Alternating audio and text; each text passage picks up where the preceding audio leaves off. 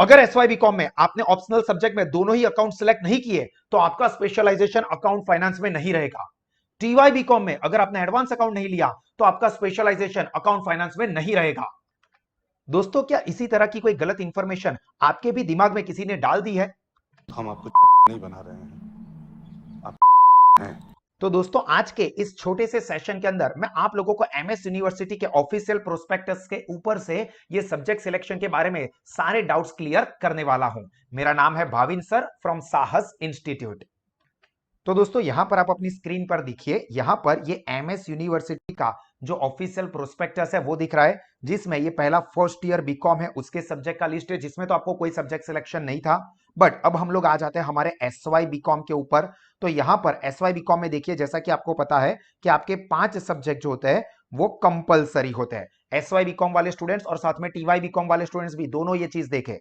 अब यहां पर देखो, 6 नंबर के सब्जेक्ट से आपको सिलेक्शन करना आता है। तो 6 नंबर का सब्जेक्ट नाम देखना जरा, यहां पर कोर इलेक्टिव स्पेशल ग्रुप होता है। कोर इलेक्टिव, ये वर्ड को आप याद रखना, क्योंकि आगे यही वर्ड आपको टीवाई के सब्जेक्ट सिलेक्शन में भी मैं दिखाने वाला हूं। और यहां पर आप देखोगे तो यहां पर आपको अलग अलग स्पेशलाइजेशन के नाम देखने को मिलेंगे, जैसे कि specialisation in accounting and auditing and specialisation in accounting and finance, जो कि अकाउंटिंग एंड फाइनेंशियल डिपार्टमेंट में आता है, जिसमें आप लोग सिलेक्ट कर सकते हो एसवाई बीकॉम वाले हायर फाइनेंशियल अकाउंटिंग। और जो लोग टीवाई में आ चुके हैं उन लोगों को याद करना है कि क्या उन्होंने ये higher financial accounting subject select किया था for their specialisation in account and finance.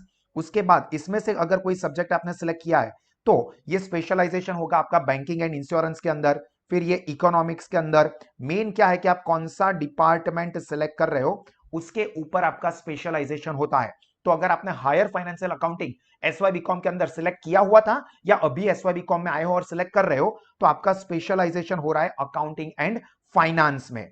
फिर 7th नंबर का जो सब्जेक्ट होता है, जो कि लोग कहते हैं कि अगर आप प्रैक्टिकल में जा रहे हो तो दोनों ही प्रैक्टिकल लेने पड़ेंगे, तो यहां पर ध्यान से देखिए दोस्तों, दिस इज इंटरडिसिप्लिनरी इलेक्टिव। अब यहां पर आप देखो, जो सब्जेक्ट के नाम आपको देखने को मिल रहे हैं उसमें कहीं पर भी स्पेशलाइजेशन लिखा है। जैसे यहां पर क्या लिखा हुआ था, department of commerce and management, दिख रहा है ये स्पेशलाइजेशन बैंकिंग एंड इंश्योरेंस, ये स्पेशलाइजेशन हो रहा है अकाउंट एंड फाइनेंशियल मैनेजमेंट में। इस तरह से यहां पर आप देखो कोई भी स्पेशलाइजेशन लिखा हुआ है जी नहीं, मतलब 7th नंबर का सब्जेक्ट आप कोई भी सिलेक्ट करो उसके साथ आपके स्पेशलाइजेशन को कोई लेना देना नहीं है। तो यहां पर आप एएफएस सब्जेक्ट भी सिलेक्ट कर सकते हो, या तो ये काफी लेंथी होता है जिसमें स्टूडेंट्स को बहुत ज्यादा एफर्ट्स लगानी पड़ती है और ये आपको आपके स्पेशलाइजेशन में भी कोई बेनिफिट नहीं देता है। तो उस केस में मैं सजेस्ट करता हूं कि आप लोगों को यहां पर बिजनेस एथिक्स सब्जेक्ट सिलेक्ट करना चाहिए, जिसके सारे स्टडी वीडियोस हमारे यूट्यूब चैनल पे भी और हमारी साथ स्मार्ट स्टडीज एप्लीकेशन पे भी है। उसका जो स्टडी मटेरियल है वो चारों के 4 यूनिट का मिला के सिर्फ 36 पेज का है, जबकि एएफएस का 108 पेजेस का है सास का मटेरियल ही। तो यहां पर ये बिजनेस एथिक्स सब्जेक्ट कंपैरेटिवली छोटा है तो आपको सिलेक्ट करना चाहिए। इसका कोई मतलब ये नहीं है कि आपका कोई स्पेशलाइजेशन फर्क आ गया, क्योंकि यहां पर कोई स्पेशलाइजेशन है ही नहीं। आप ध्यान से देखिए। अब आप आते हो टीवाई बीकॉम में। एसवाई बीकॉम में ध्यान रखना कि मेरा सजेशन ये है कि एक आप स्पेशलाइजेशन हायर फाइनेंशियल अकाउंटिंग का अकाउंट एंड फाइनेंस के लिए रखें और 7th नंबर का सब्जेक्ट लोड कम कर देने के लिए बिजनेस एथिक करें, क्योंकि एएफएस प्रैक्टिकल सब्जेक्ट है बट इसका कहीं पर भी आगे आपको फायदा नहीं मिलने वाला है, ना ही आपके स्पेशलाइजेशन के ऊपर इसकी कोई फर्क पड़ेगा। तो आप अपने लोड को कम करें पढ़ाई का, ताकि आप बाकी के सब्जेक्ट के ऊपर अच्छा फोकस कर सके और आपकी एटीकेटी आने के चांसेस कम हो। अब हम बात करते हैं टीवाई बीकॉम की। तो यहां पर टीवाई बीकॉम की अगर मैं बात करूं तो आपको पता है ये टीवाई बीकॉम, इसके अंदर 5 सब्जेक्ट कंपलसरी होते हैं, सॉरी 4 सब्जेक्ट कंपलसरी होते हैं, ये 4। अब यहां पर आपका स्पेशलाइजेशन 5th नंबर का, आगे याद करो एसवाई बीकॉम में आपने 6th नंबर के ऑप्शनल सब्जेक्ट में अकाउंट एंड फाइनेंस मैनेजमेंट के स्पेशलाइजेशन के लिए एचएफए को सिलेक्ट किया था, जो कि कोर इलेक्टिव था। अब यहां पर आपको कोर इलेक्टिव सब्जेक्ट कौन सा है वो देखना है। तो 5th नंबर में देखिए कोर इलेक्टिव स्पेशल ग्रुप, जो कि आपको एचएफए के ऊपर देखने को मिला था। और यहां पर देखिए डिपार्टमेंट लिखे स्पेशलाइजेशन के लिए, देखिए ये department of accounting and finance management. इसमें कौन से सब्जेक्ट आपको देखने को मिल रहा है, देखिए ऑडिट एंड एश्योरेंस, कहीं पर भी आपको देखने को मिला एडवांस अकाउंट, ये है, या तो फिर कैपिटल मार्केट है। ये दो ही है अगर आपको अकाउंट फाइनेंस का स्पेशलाइजेशन करना है तो, जिसमें यही सिलेक्ट करना चाहिए। ऑडिट एंड एश्योरेंस, जो कि आपका कोर इलेक्टिव है। ये वर्ड मैंने आपको ऊपर भी देखने के लिए कहा था, और यहां पर स्पेशलाइजेशन डिपार्टमेंट का नाम भी लिखा हुआ है। अब हम आ जाते हैं 6th नंबर के ऑप्शनल सब्जेक्ट के ऊपर। देखिए यहां पर 6th नंबर आ जाएगा, ये आया 6th नंबर। ओपन इलेक्टिव है। कौन सा है? ओपन इलेक्टिव, जिसमें आप लोगों को कहा जाता है कि भाई आप एडवांस अकाउंट सिलेक्ट करो। अब एडवांस अकाउंटिंग के बाजू में देखिए लिखा है स्पेशलाइजेशन। अकाउंट फाइनेंस का स्पेशलाइजेशन ऐसा लिखा हुआ है क्या? जी नहीं, ये स्पेशलाइजेशन में है ही नहीं। तो यहां पर आपके डिग्री को इसके कोई फर्क नहीं पड़ेगा।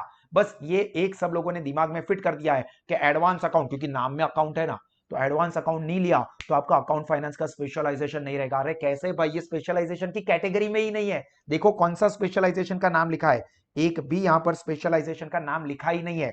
स्पेशलाइजेशन इसमें था कोर इलेक्टिव में, जो कि आपको ऑडिट एंड एश्योरेंस सिलेक्ट करना है।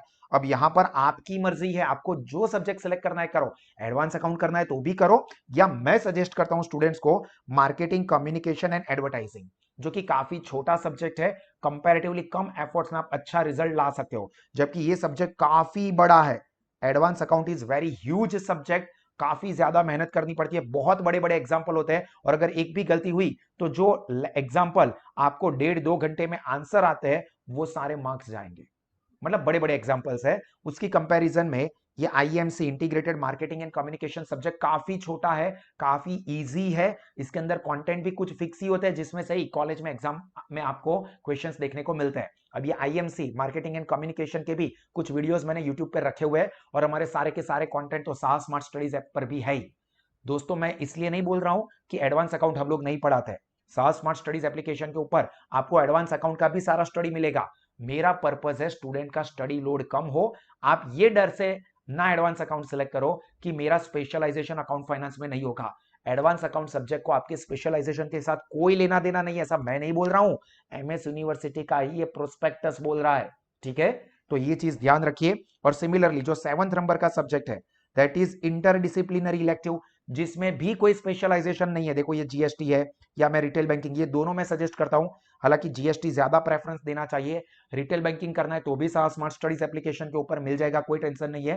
बट मेरा पर्सनल सजेशन है जीएसटी। हालांकि इसको भी स्पेशलाइजेशन के साथ कोई लेना देना नहीं होता है। ठीक है, तो फिर से एक बार क्विकली बता देता हूं कि टीवाई बीकॉम में 5th ऑप्शनल सब्जेक्ट है वो आपको ऑडिट एंड एश्योरेंस रखना है for your specialisation in account and finance. फिर 6th और 7th नंबर का सब्जेक्ट आप कोई भी सिलेक्ट करो, कुछ फर्क नहीं पड़ेगा। बस लोगों ने ये स्प्रेड कर दिया है कि एडवांस अकाउंट रखो वरना आपका स्पेशलाइजेशन नहीं रहेगा, आपकी डिग्री पे इसकी इफेक्ट हो जाएगी। कुछ नहीं होगा, ये मैं नहीं बोल रहा हूं, यूनिवर्सिटी की ऑफिशियल वेबसाइट और एमएस यूनिवर्सिटी के प्रोस्पेक्टस में ही ऐसा लिखा हुआ है। तो आई होप दोस्तों कि आपके माइंड में ये कंफ्यूजन क्लियर हो गया होगा। आपके जितने भी फ्रेंड्स एसवाई बीकॉम में है और टीवाई बीकॉम में, उन सब के साथ इस वीडियो को जरूर जरूर जरूर से शेयर करें, ताकि किसी भी स्टूडेंट के माइंड में ऐसे अननेसेसरी कंफ्यूजन या डाउट क्रिएट ना हो, स्टूडेंट का स्टडी लोड ना बढ़े, एटीकेटी ना आए। आप अच्छे से पढ़ो, खुशी खुशी से पढ़ो और हमेशा आगे बढ़ते रहो, यही मेरी और सास इंस्टीट्यूट की विश है। और अगर आप एसवाई बीकॉम टीवाई बीकॉम के अंदर बेस्ट क्वालिटी का एजुकेशन लेना चाहते हैं एट वेरी नॉमिनल फीस, तो सास इंस्टीट्यूट अलग अलग स्टडी ऑप्शंस ऑफर करता है, जिसमें offline smart classroom study programme है, जिसमें आप हमारे Waghodia road branch, Karelibaug branch या सयाजीगंज ब्रांच पे हाई टेक क्लासरूम में बैठ के बेहतरीन क्वालिटी का एजुकेशन बेस्ट फैकल्टीज के साथ ले सकते हैं। दूसरा है ऑनलाइन लाइव वर्चुअल क्लासेस, जिसमें आप हमारे जो ऑफलाइन लेक्चर्स चल रहे हैं उसी को लाइव अटेंड कर सकते हैं। जैसे ये लेक्चर आप अभी मेरा देख रहे हो, वही चीज लाइव में हो सकती है, और आपके डाउट वगैरह तो भी आप लाइव में पूछ सकते हैं। और तीसरा और स्टूडेंट्स का favourite Saha smart studies app, जिसमें लोवेस्ट फीस पे बेस्ट क्वालिटी का एजुकेशन मिलता है। तो आप सब लोग साहा स्मार्ट स्टडीज ऐप को इस वीडियो के डिस्क्रिप्शन में लिंक मैंने दी है, वहां से डाउनलोड कर दीजिए, और उसमें हर एक कोर्स के डेमो कंटेंट रखे हैं, तो वो देखिए और बहुत ही नॉमिनल फीस में बहुत ही अच्छी क्वालिटी के एजुकेशनल फीचर्स, एजुकेशनल सपोर्ट का एक्सपीरियंस कीजिए और अपना नॉलेज, रिजल्ट और करियर तीनों ही टेरिफिक लेवल पे बढ़ाइए। This is me Bhavin Sah signing off. God bless you all. और दोस्तों हमेशा मुस्कुराते रहे।